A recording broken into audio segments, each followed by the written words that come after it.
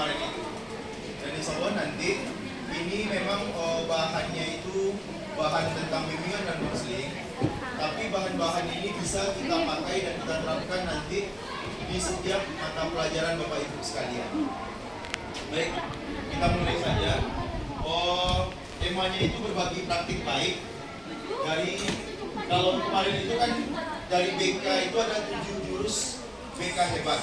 Jadi dari 7 jurus ini saya pakai dan terapkan kepada siswa kita itu ada 2 jurus. Yang pertama itu tentang kenali potensi dan kelola emosinya. Tapi sebelum kita masuk kepada jurus 1 dan 2 ini, alangkah lebih baiknya saya jelaskan dulu apa-apa saja itu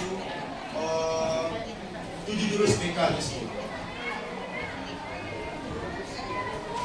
Yang pertama, jurus yang ada di 7 jurus BK hebat itu yang pertama adalah kenali potensi. Kenali potensi ini tadi sudah saya kirim atau share di grup SMP Tuba. Itu semacam link Aku Pintar. Jadi dalam link tersebut Bapak Ibu bisa melihat apa saja gaya belajar siswa kita, bakatnya di mana. Habis itu setelah mereka tamat SMP nanti sesuai masuk sekolahnya lanjutannya kemana. Jadi di dalam link tersebut sudah ada beberapa instrumen yang bisa kita pakai untuk mengetahui keadaan diri siswa kita. Jadi kenali potensi ini adalah membantu siswa menemukan kekuatan unik mereka agar pendekatan konseling menjadi lebih tepat sasaran. Jadi kalau kita terapkan di mata pelajaran itu kita bisa mengetahui si anak ini seperti apa, karena setiap anak tersebut pasti berbeda-beda. Contohnya gaya belajarnya. Seperti yang kita ketahui gaya belajar itu kan ada 3, visual, auditory, dan kinestetik. Jadi kalau kita samaratakan gaya pembelajaran kita kepada setiap anak, otomatis nanti terkadang ada yang paham, ada yang tidak memahami. Contohnya itu menggunakan kuesioner minat bakat atau sesi diskusi singkat untuk menemukan minat siswa kita. Kalau kita bisa memakai akun Aku Pintar tersebut Bapak Ibu, bisa nanti dicoba di saat jam pembelajarannya. Yang kedua yaitu adalah kelola emosi. Jadi di sini kita mengajarkan siswa cara mengenali, menerima, dan mengatur emosi mereka. Terkadang siswa kita sekarang itu kan untuk menempatkan emosinya itu belum tepat gitu, bukan tidak bisa tapi belum tepat. Terkadang mereka itu bergurau dengan temannya, tapi setelah mereka di gurauan balik oleh temannya itu, akhirnya mereka tidak bisa menerima apa yang dilakukan oleh temannya itu. Kalau contohnya itu kita bisa terapkan latihan seperti jurnal emosi harian atau memberikan contoh kepada siswa kita tersebut untuk melatih responnya saat marah seperti apa, bahagia seperti apa, bingung seperti apa. Itu yang tentang kelola emosi. Yang ketiga itu adalah tumbuhkan resiliensi. Di sini terkadang siswa-siswa kita itu di saat mereka dapat nilai yang tidak sesuai dengan yang diharapkan, mereka mulai patah semangat untuk memulai pelajaran berikutnya. Jadi di sini kita ajarkan bagaimana mereka bisa bangkit lagi dari apa yang kegagalan mereka tersebut. Karena anak hebat itu bukan tidak pernah gagal, melainkan yang mampu bangkit. Jadi peran kita lah untuk membantu mereka bangkit dari hal keterpurukan mereka tersebut. Contohnya itu bisa kita lakukan cerita inspiratif orang-orang yang telah sukses. Habis itu fasilitas kelompok diskusi tentang pengalaman kecewa.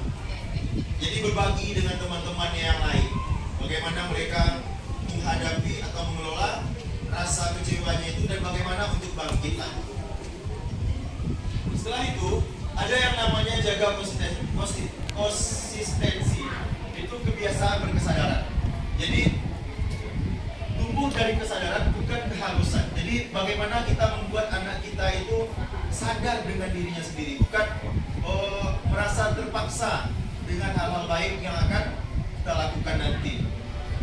Ya misalnya bersama siswa kita berikan target 30 menit itu kebiasaan merefleksi kegiatan pribadinya atau hariannya. Setelah itu jalin koneksi. Kalau jalin koneksi ini Ini sangat perlu kita terapkan. Baik itu jalin koneksi kita dengan sesama kita, setelah itu kita guru dengan siswa, kita guru dengan orang tua, maupun dengan pihak-pihak lain yang berada di luar sekolah. Jadi jalin koneksi ini sangat penting dan kita juga bisa mendengar nanti apa keluhan-keluhan dari siswa kita. Setelah itu bangun kolaborasi. Perubahan siswa paling optimal bila didukung dari berbagai pihak, guru mata pelajaran, orang tua hingga komunitas. Jadi disinilah kita, karena untuk membentuk satu karakter siswa kita itu tidak bisa hanya dengan satu atau dua orang saja, tapi memang butuh kolaborasi antara kita dengan orang tua dengan pihak-pihak lain yang bisa menumbuhkan semangat atau kesasian yang bagus. Contohnya itu kita bisa merancang program pembelajaran bersama orang tua atau agenda-agenda yang dapat mengetahui apa saja kegiatan-kegiatan dari siswa kita. Setelah itu menata situasi. Menata situasi ini, kalau seseorang berada dalam situasi yang mereka anggap nyaman, pasti dia akan memberikan sesuatu yang terbaik untuk dirinya maupun lingkungannya. Jadi menata situasi ini bagaimana kita menciptakan lingkungan yang aman, nyaman, dan anak itu tidak merasa kalau dia di sekolah ini terpaksa. Jadi di sini siswa hanya bisa berkembang jika merasa aman. Jadi kita perlu memastikan iklim sekolah kondusif, bebas perundungan dan kekerasan lainnya. Jadi kalau contohnya itu bisa kita terapkan poster-poster sekolah, bebas bully, atau dalam kelas ruang posisi yang nyaman dan privat. Kalau ini alhamdulillah kita di SMP 1 sudah melaksanakannya dari jauh-jauh hari. Baik, kita kembali lagi kepada kenali potensi dan emosi yang sudah saya lakukan di kelas kemarin itu. Kalau kenali potensi itu merupakan kemampuan, kekuatan baik yang belum terwujud maupun yang telah terwujud yang dimiliki seseorang, tetapi belum sepenuhnya terlihat atau dipergunakan secara maksimal. Kemarin itu saya lakukan itu, Ibu Bapak, memakai akun pintar tersebut itu baru dengan gaya belajarnya. Dari siswa kita, ada beberapa orang yang kemarin itu baru mengetahui kalau gaya belajarnya itu tidak sesuai dengan yang apa sudah dilakukannya selama ini. Karena di 91 itu kemarin ada 3 orang yang gaya belajarnya itu adalah kinestetik. Jadi kalau kinestetik ini orangnya tidak akan bisa berdiam lama untuk duduk dan mendengarkan gurunya. Setelah itu beberapa 11 orang itu memiliki gaya belajar auditori. Jadi mereka lebih kuat untuk mendengarnya. Dan setelah itu selebihnya itu anak kita adalah visual. Memang melihat Bapak Ibu di depan untuk menyampaikan materi yang dilakukan. Jadi dalam pemberian materi kemarin itu saya menggunakan metode layanan itu berbasis ARKA. ARKA itu adalah aktivitas bagaimana kita memulai pembelajaran kita tersebut. Setelah itu kita kan diberitahu nanti materinya apa. Kalau untuk di mata pelajaran ya Bapak Ibu sampaikan materi kita misalnya tentang ini. Setelah itu apa tujuan dari pembelajaran kita. Setelah itu kita minta refleksi dari siswa kita. Apa yang mereka ketahui sebelum kita masuk kepada konsepnya. Sebelum masuk kepada konsep dari pembelajaran tersebut. Dan melakukan aplikasinya nanti di kehidupan sehari-hari. Jadi aktivitas kemarin itu pembagian link instrumennya tersebut. Setelah itu diskusi tentang gaya belajarnya masing-masing. Dan konsepnya itu menjelaskan tentang materi apa itu gaya belajarnya. Dan yang terakhir aplikasinya itu memberikan dan menjelaskan tentang trik yang bisa dipakai masing-masing siswa kita sesuai dengan gaya belajar mereka. Setelah itu saya masuk kepada materi kelola emosi. Kalau dari emosi itu merupakan suatu kondisi perasaan yang kompleks muncul karena perubahan fisik dan psikologis. Karena emosi ini kemarin itu masih ada anak kita yang berpikir atau beranggapan emosi itu hanya marah, emosi itu hanya jengkel, sakit hati. Tapi sebenarnya emosi itu sangat banyak. Senang itu juga termasuk emosi. Cinta itu Iya, jadi emosi itu lebih ke ungkapan perasaan, baik itu ungkapan senang, ungkapan sedih, marah, itu termasuk emosi. Setelah itu, saya masih menerapkan sistem berbasis ARKA untuk penyampaian materi tersebut. Di penyampaian emosi tersebut, saya kemarin itu membagi siswa kita menjadi 6 kelompok. Jadi masing-masing kelompok itu diberikan semacam puzzle yang itu adalah emoji dari emosi, gitu. Emoji dari emosi yang bisa kita gunakan di kalau kita ngetik WA itu kan banyak emoji ya Bapak Ibu. Jadi kemarin saya bikin 6 emoji, itu saya bikin semacam seperti puzzle. Jadi dari kelompok yang 6 ini, mereka mendiskusikan bagaimana mereka menyusun puzzle tersebut menjadi emoji yang utuh, gitu, ekspresi yang utuh. Setelah itu, refleksinya tiap kelompok mempresentasikan, menjelaskan terkait emoji yang sudah disusunnya. Jadi setelah mereka susun tadi emojinya itu, ditampilkanlah apa saja yang sudah mereka dapatkan. Setelah itu konsep yang kemarin itu saya sampaikan yaitu pengertian emosi itu apa, jenis-jenis emosi itu seperti apa, ciri-cirinya, penyebab orang bisa emosi. Setelah itu bagaimana cara kita mengelolanya.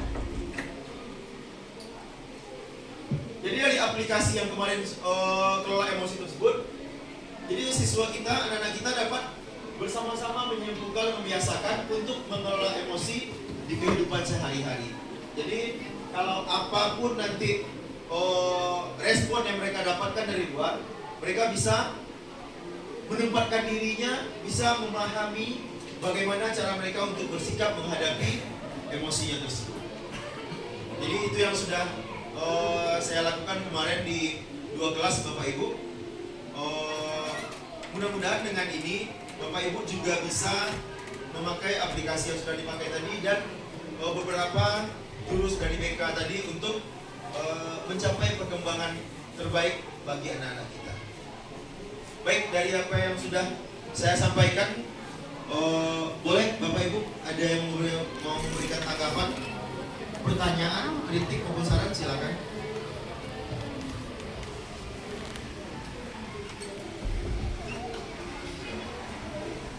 Sudah paham semua atau bingung dengan penyampaiannya?